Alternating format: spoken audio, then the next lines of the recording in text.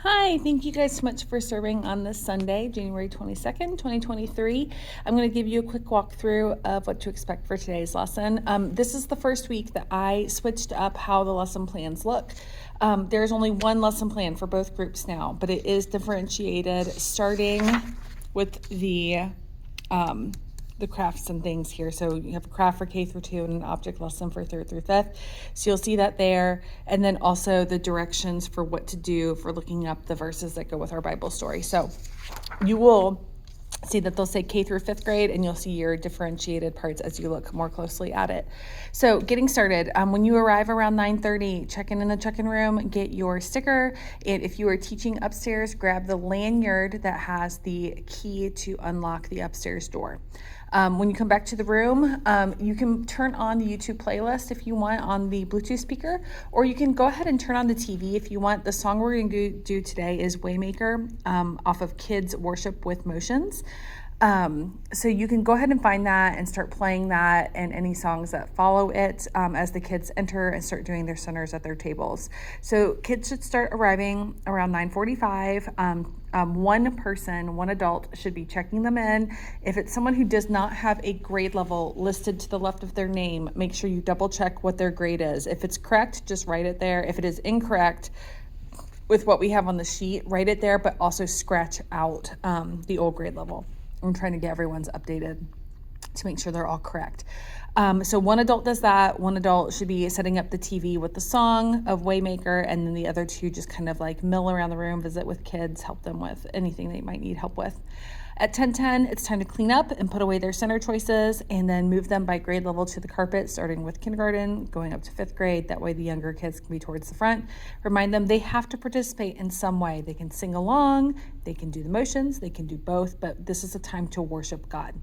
At 10:20, the song should be over, and 3rd through 5th grade students will line up at that back door at the back of the worship area to head upstairs, and the K through 2 kiddos can either go to tables or onto the carpet depending on where the teachers would like them to go for the memory verse and prayer part.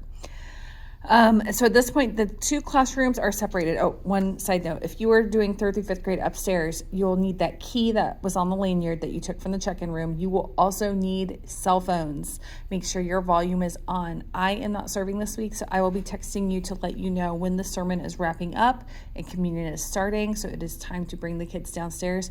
That is the only way that you will know when it's time to do that. So make sure that you have your cell phones with volume on when you go upstairs.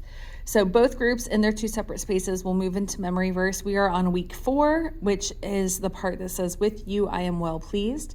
If you're downstairs, you're just filling in some missing words. If you are upstairs, they're writing that entire part. Practice that memory verse multiple times with them in all 3 classrooms, the boy and girl classrooms upstairs and the K through 2 downstairs. There is a sheet that has the whole verse on it right next to where they're writing it. So if they forget Mark 1:11, they can just look at that sheet to remind them, but they should be pretty close, if not already have this memorized, because we are almost done with the month. And then we move into prayer time. We're back to doing prayer requests. Every room has a prayer request book, unless if you are the girl side, yours is not purple, yours is like this holographic material. But talk to the kids about their prayer requests, record them in the book, and then pray together as a group for them. What we started trying to do with the older kids is allowing the older kids to lead that prayer, which has been awesome. Younger kids, you could check and see if anyone feels comfortable with leading the prayer. Otherwise, pray for them. And then as a group, pray the Lord's Prayer together. It is displayed in all the classrooms. So have them do the Lord's Prayer together. Following that, it is time for our Bible story. So this week we are doing the Supremacy of Christ, which is story 140 on pages 200 and 281 in the Gospel Story Bible, which is here. So it is based in Colossians. It is more about Paul being in prison and his letter to the Colossians. So they'll be very familiar with Paul being in prison based on the story that we did last week. So if they were here last week, they'll kind of understand where this is heading. But you're going to read that first, and then we're not going to read all of Colossians 1 and 2 because that's just too much. So we're going to focus in on Colossians 2, 6 through 7. If you're in kindergarten through 2nd grade, they should be using a Bible to locate the passage and then having the teacher read it out loud to them. If you're in 3rd through 5th, They can locate the passage, read it in a partner or independently, and then the teacher read it out loud to them. One thing we tried this past week too is we did try letting the kids actually upstairs, let them read this out loud too. They took turns with paragraphs and passed the book around, which I thought was a great way to help them stay focused and connect more with the story. It is a little hard, so it might not be appropriate for kindergarten. It's not going to be appropriate for kindergarten through second grade to do it, but third through fifth graders seem to have a pretty good handle on it. And we just told them, if you don't feel comfortable with reading it, just pass the book to the next person. But everyone wanted to read last week, so it's a good thing to try that when you're reading the story. And then you do the follow-up questions, which do come from our Old Story, New Devotional. And then after that is when we have our 2 different activities. If you're kindergarten through second grade, you are doing a craft with cups. So I'm going to show you that craft right now. So the craft, this is the direction sheet, and this is what's going to look like in the end. So you have man is going to be, they'll color that sheet, cut it out, and then tape it around their smallest cup that says man.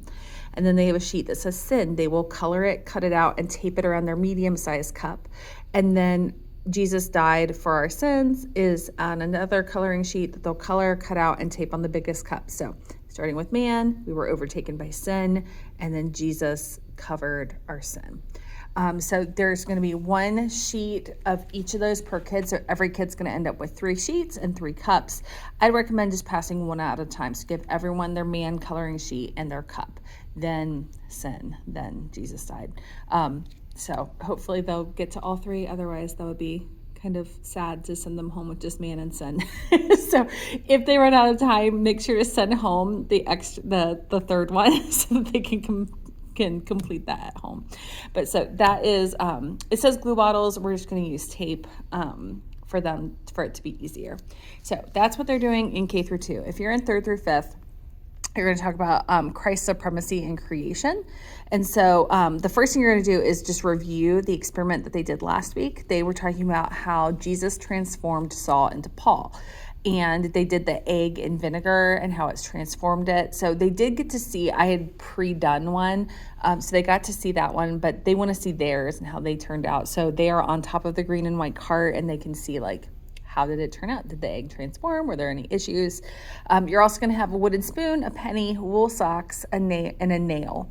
And you can follow the script on here, or you can kind of read over it and make it your own. But talking about how God is the creator of all. Everything that we have, even though man may be involved with it, we should not exalt man. Like it comes from God. So these wooden spoons, yes, they're carved. Yes, they come from a factory or from a wood maker, but it comes from a tree that came from God.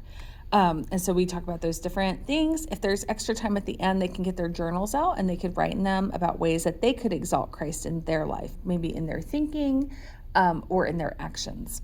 So watch for the text that the sermon has ended. That'll come from me. And then it's time for dismissal. You'll come back downstairs and hang out in the worship area. I do ask that when the big kids come back downstairs, they come in that back door, not the front door, because there might already be parents checking out. And that way they'll just go straight to the worship area. One adult should be back there handing out Bible prizes for kids who remembered to bring their Bibles this week. And they can just visit back there with the K through 2 kids as kids get dismissed. Collect the stickers from the parents and the kids, put them in the sticker ball, highlight their names as they leave. And that is pretty much it. Thank you guys so much for serving. I look forward to seeing you guys on Sunday. And thank you again.